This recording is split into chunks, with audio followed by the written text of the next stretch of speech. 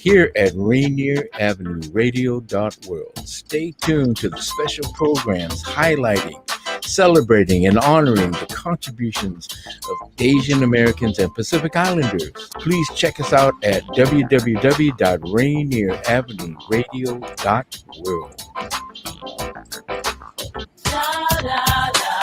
On Rainier Avenue Radio.world, look for the Change Your Food, Change Your Life show. I'm Dennis Weaver, your good food guide and host, helping you to feel good and look good, and who wouldn't want some of that? All that and more from the Change Your Food, Change Your Life show on Rainier Avenue Radio.world. Stories, songs, and guests. Begin living the organic good food life, and the rest of your life just may be the best of your life. Oh, what's up, baby? To your help. No, you can't get enough of Rainier Avenue Radio.world.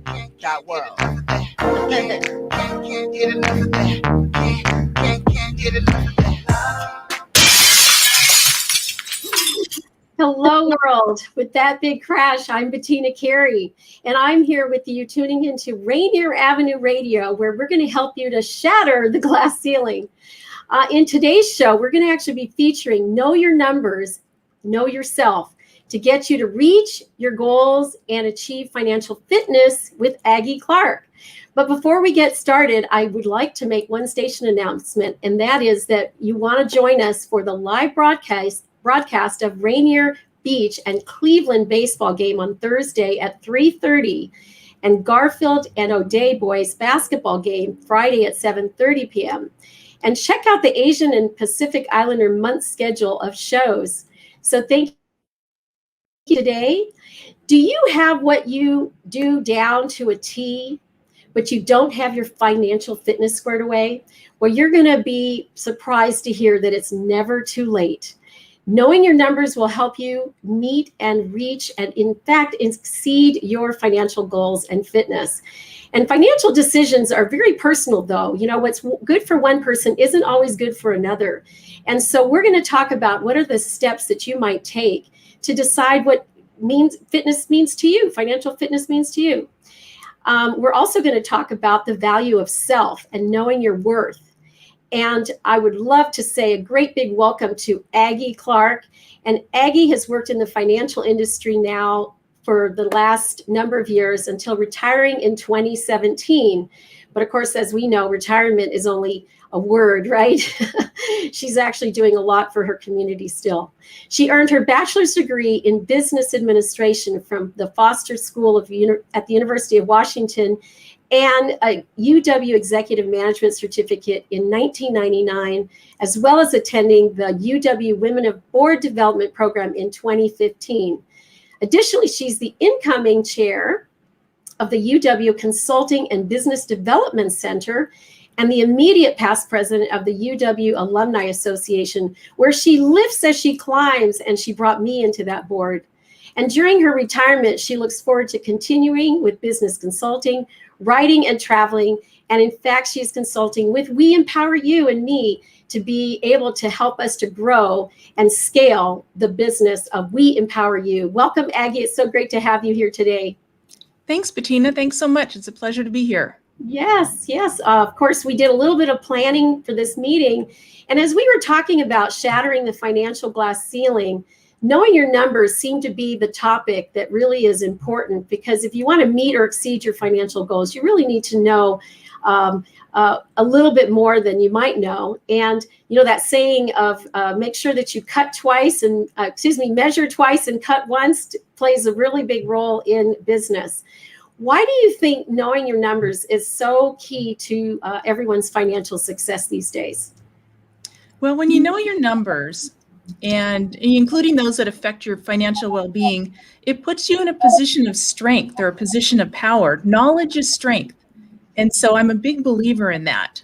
So when you start knowing where you are today, whether it's personal numbers, personal financial numbers, or business financial numbers, then you start on your path. You know, you take an inventory of your assets. You know, what do you have? What are your liabilities? What do you owe?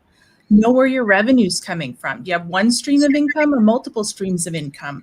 How much time and money are you spending to earn that income? And then you bring all of that together so you know where you are today, and then you figure out where do you want to be. And, and then you can start to figure out what that path is going to be from point A, where you are today, to point B, where you want to be, and how you can start making it up that path. And you can have a frank discussion with yourself about that. Do I need more income? Do I need less expenses? Do I want to make a pivot? What are my goals? What are the short-term goals? What are the long-term goals? And you can start to work that out. Yes. And then as you go, you can measure, I'm sorry, Bettina, I didn't mean to cut you off, but you can measure your results along the way. So you know that you're making it, right? Because it's not a straight line. You may make some great progress, or you may find a period of time where, the best you can do is just hold serve and stay steady. Or you may find a period of time like the one we've been in recently, maybe that you go backwards a little bit, but you try to make decisions to keep you from going back even further, so you go back as little as possible till you're ready to move forward again. It's not just a straight line, but if you're measuring and you know where you are and what you're doing as you move forward in time, you're going to get to where you want to be faster and in a stronger position. Yes, absolutely. I agree with everything that you've said. Of course, then you throw family in there that also needs to have some adjustments in your planning, your own personality, whether or not you're a risk taker or not. I'm a big risk taker, but I'm less of a risk taker than I used to be. I'm a little bit more measured. So those are all really great variables that factor into financial fitness. And another key thing for me that played a role in my life is, when do you know when it's time to put something down in order to pick up something bigger? Because I know that folks had a living, they had a way of life, they knew what they were doing, and then the pandemic hit. And we know that the businesses, that are thriving are typically going to be online businesses. And we know that COVID and the pandemic killed a lot of businesses. What can you recommend for people that are needing to put something down? Like, when do you know exactly when you've been hitting your head against the wall and things aren't really working out, and then you get a pandemic to throw in the middle of that? How do you know when to shift? It's a good question. It's really hard to know, and it takes some soul searching. But, the question that I ask myself when I get to that point is, is what I'm doing going to get me to where I want to be? Is there a chance of that? Or what are the chances? And so if there's a chance that if I make some incremental changes, I'll start moving forward, then maybe I want to make those. But if my assessment based on what I'm seeing in my numbers is that there's not a chance that if I keep doing what I'm doing, I'm going to get the same results and I don't like the results, then it's time to make a change. And then it's time to assess what that change looks like. But that's where I go back to, is if I keep doing what I'm doing, am I going to move towards where I want to be? And then it may be time to get creative and totally move to something different. Yes, and I had to put down my role as an empowerment person in 2011. And I went off and did some other things. They were some career defining moments for myself. And when I came back, I was more financially fit. I had my ducks in a row. I had some skills that I picked up along the way that I could actually directly apply. And so even though I had to put it down at one time, I was able to come back and pick it back up. So sometimes you just have to put it down for a while. Another area that I like to talk about when I think about financial fitness, especially when I hear from others that they're really busy. And then you ask them, how are they doing in their business financially? And they say, oh, it's really, really bad. And that's when I have to ask the question, do you have a busyness or do you have a business? So when do you decide that you have a business? Like, what defines a business versus a busyness? Well, I think people define that differently. If you have a business, is it supporting you financially? Is it a hobby? Are you a hobbypreneur? Is it something that you can move into a full-fledged business that would support you and your family financially? Do you want it to? Do you want it to be that type of a business? Do you want it to be that revenue generator that you're relying on? So what do you want it to be? Or do you want it to be something where you really love to do it, but you want to do it on the side? I'm a big believer also in multiple streams of income, so that it's a little less risky. If all of your income is coming from one source, then you lose that source, and that's a big loss to your income, to the family income and the stability. So maybe you want that second source of income to be this business. So there's different ways to define it, though, and I think it can be fairly small and still be a business. But if it's something that's keeping you busy, but you're not treating it like a business, you're not separating it from your personal income, you're not giving it a business identity, you're not treating it like a business, then it's not a business. Yes, and of course the IRS has a way of defining what a business actually is or isn't. But the conversation that we're having is more of a personal one. Mm-hmm. And so you and I have been working together, consulting for the We Empower You community, the movement, the summit, and the membership. And I'd love to hear a little bit more about the multiple streams of income, because this is a defining moment for me. Last year, after running my business for more than 27 years, I had the opportunity to step into creating this We Empower You membership, which really has 10 income streams that people can use on their website that we give to them and as part of their membership. And what I discovered was that it was a really quick way for me to shatter the glass ceiling. And I was able to generate over 6 figures in just about 6 months. So can you share a little bit more about how do you decide what kind of multiple streams of income you're going to be bringing in? And of course, we've got the We Empower You model to talk about.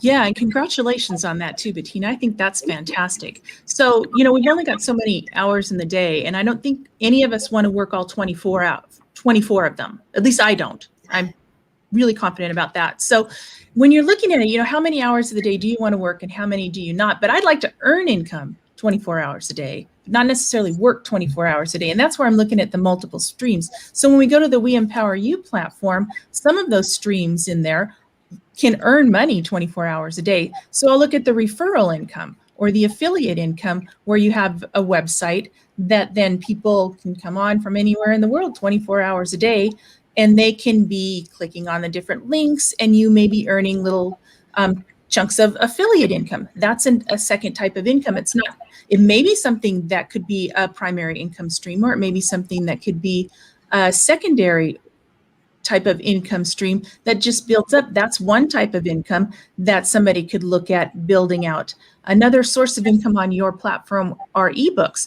Everybody has something that they're passionate about and they know a lot about, and they could share that information to the world on a small ebook, let's say, put that out on one of the platforms that sells those for a nominal fee. And then it's something that they did once, but that they can sell over and over again and earn a small income from that, be an expert in that area, and potentially grow a business from that. But that could be a foot in the door to a type of a business. Again, you do it once and you earn additional sources of income. So you can look at all of those types of income, and I'll let you talk about some of the bigger ones. But those are some of the smaller ones, that can grow into something. Other people maybe are interested, not on the platform, but interested in investing, interested in other, maybe somebody is a great chef and, they want to partner with, a catering business, and they provide a certain type of a dessert or,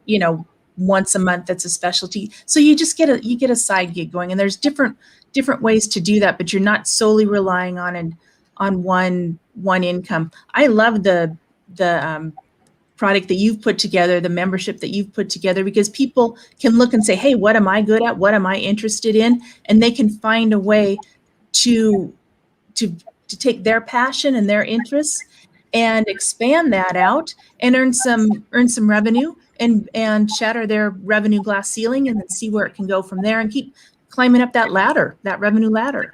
Yes. And, we mentioned the word value, because when you bring value to something, that's when folks are interested in sharing with you, whether it's a dime out of $1 or 20 cents or 50 cents.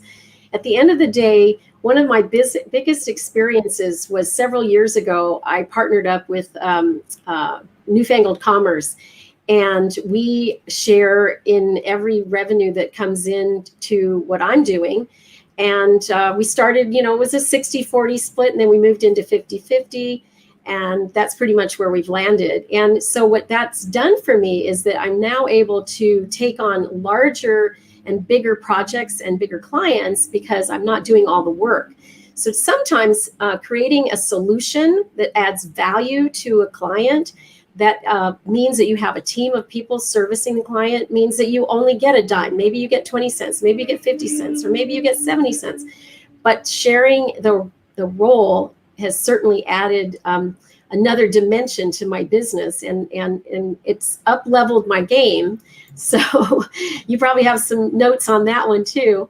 That's when the ceiling becomes your floor, right? Because you can take on bigger and bigger opportunities. That's right. I always like to bring in the talent, bring in people that can surround me, that are better at doing things that I am. I can maybe go out and get the business, but I want to bring in the experts and the people who are better at doing things. I'm happy to pay them and bring in that talent, and then everybody does better. I don't want to be the limiting factor, and then it's a win-win for the whole team. Yes, and we talked about that these decisions as business owners, as folks that are wanting to be even doing a side hustle, or what did you call it, a hobbypreneur? I love that. I haven't heard that term before. At the end of the day, these are all personal choices and decisions. So what you say is financially fit for you is not necessarily financially fit for another person. So these decisions are really personal. And like I said earlier, I'm a risk taker. You might not be a risk taker. How does that all balance out? And what are the kinds of decisions that you might need to make along the way in terms of, creating a financially fit lifestyle? Yeah, I think you need to look at, a few things. What type of risks are you willing to take? Where are you in your life? In one person's case, they may be close to retirement, so they don't want to take high risk because if something happens, they don't have as long of a period of time to recover from it. Someone else may be at the beginning of their career, so they're willing to take a few more risks because if something happens, then they can recover from it. Someone else may want to spread out their risks over multiple avenues to see, to try different things. So I think you look at those types of things. Someone else may say, hey, I'm going to put all my eggs in this basket because I am really passionate about this business, and that's where my time's going to go. That's where my money's going to go. That's where my effort's going to go. And I think I can hit it big with this idea. Someone else may say, hey, I really want to work with these partners, and I think that our team can make this happen. Someone else may say, hey, I want the comfort of this job, this 8 to 5 job, or whatever the schedule would be, but this job. But I'm gonna bring in some other types of income. So look at what are you willing to do, and then what talents do you have, and what's your position today, and where do you want to be? Some people want to save for retirement. Other people are looking to build more of a generational wealth by increasing the property.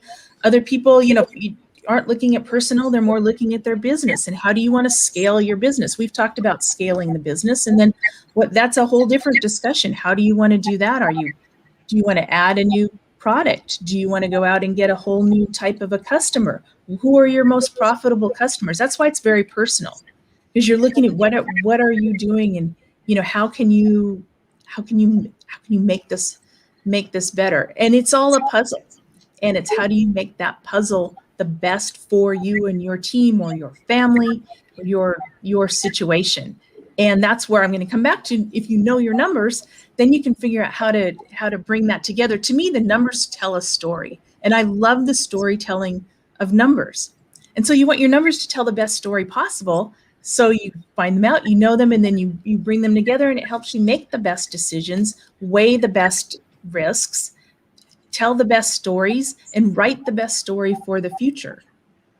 Yes, and what's interesting is I used to be a one-woman show for from 1993 till about 2011 or 2011 rather, and it was a game that worked for me, and then it didn't work, and I was growing something so big that it just couldn't scale with just a one-woman show way of doing business.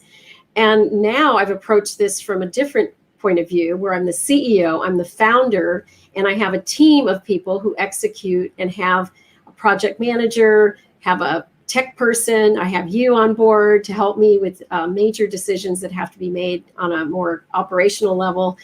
And this is yet another approach. And what's interesting is, and I said earlier, it's never too late, right? I was coming into my 60s thinking about retirement in 2020. It's turned out to be an inspirement year instead of a retirement year for me. And it's the coolest thing since sliced bread to know that there was another way of doing business that I could have been doing along the way. But it's never too late, right? So That's right. I had this certain game going on and it was working for me and it was steady. And then I was going to just slide into home base called retirement. And all of a sudden now I'm out there playing big time ball. And it's just kind of like defies all logic, to tell you the truth. So share a little bit more about your decision to be not only involved with We Empower You as a consultant, but now you're also a member. Mm-hmm. And what do you intend to pull out of your membership in terms of offerings that folks might be able to tap into? What are you building here? Well, the first thing I'm going to pull out is the website. So it comes with a website. So I am actually getting ready to launch a website called Right to the Money. And it's going to be, being in the financial services industry for so long, I really like the topic of money. I do not give money advice, but this is about just money in general. I mean, money permeates our lives, from almost the moment we're born, right? We see it in entertainment. We live with it, we spend it, we invest it, we earn it, we save it. I mean, we do just about everything with it, right? So this is a website about money. So I'm going to build out, we're building out this website, and your millionaire mentor and Lee Romanov built this out for us. So it's about ready to launch. And so I'm going to take advantage of that and build it out as an income earning website, and hopefully collaborate with many of the other members to have their offerings on the website, and build it out with other types of income generating opportunities, and then see how that grows from there. So I want to try that out. And then you have some wonderful other member benefits in there from some of your other members that I'm looking forward to taking some of those health related classes and seminars that are online.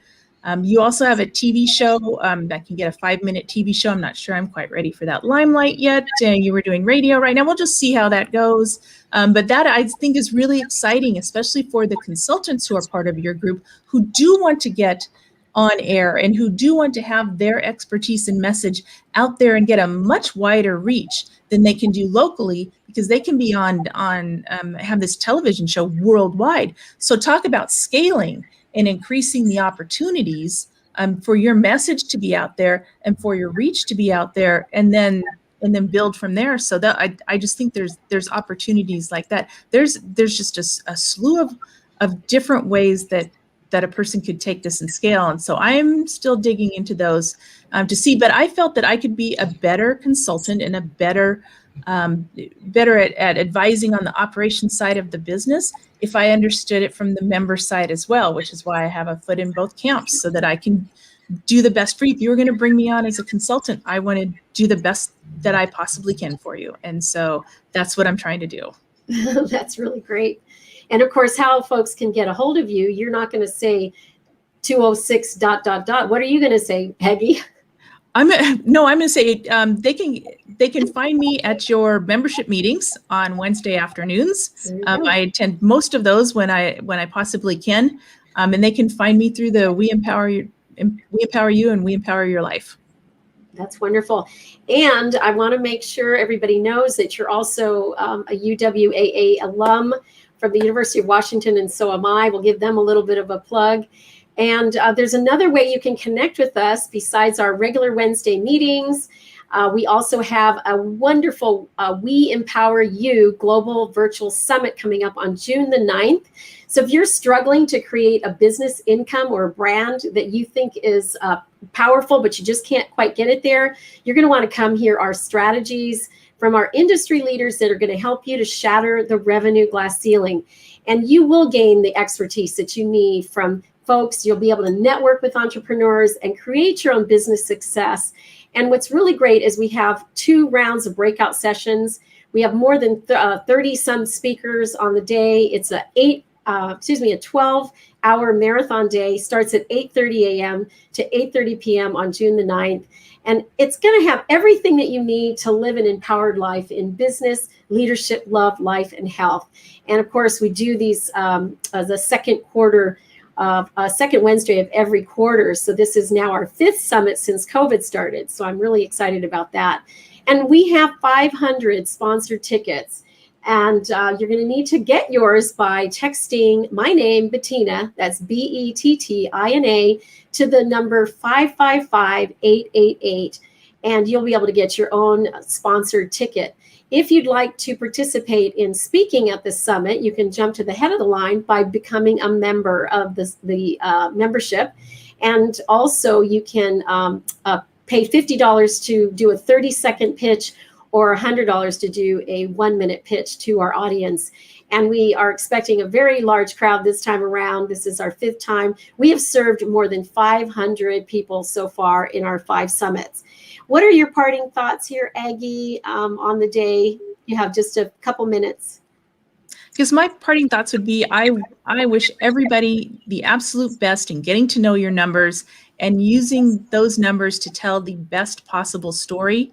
I hope to see you at one of our membership meetings, and I hope to meet you at the summit. Hit me up on the chat, and I would love to chat with you, and I wish you all the best. Thank you so much for having me on, Bettina. Absolutely. It's been really wonderful. Of course, your consulting is fantastic for anyone who's looking at consulting, and I can't wait for your website to roll out with all of the resources that you're going to have on it. And in the meantime, folks can come and see you on their Wednesday meetings. Those are at 3 p.m. And how you get to our meetings in general is you go to weempoweryourlife.com and click on the calendar tab. We have meetings on every Wednesday at 3 p.m. We have the second Thursday of every quarter, where we have our empowerment circles, and we have our summits every quarter as well. Our next one is on June the 9th, again, 8:30 a.m. to 8:30 p.m. And thank you all for watching and listening and sharing this interview with Aggie on live on Rainier Avenue Radio. Again, our next show is that's coming up following me is God is Inspiration with DJ Smooth. And also, I wanted to make sure that everybody knows, again, the number to text to is 555-888, and that's my name, Bettina, Bettina. I look forward to seeing you all next week. Bye for now. Thanks, Aggie. Thank you. Bye-bye.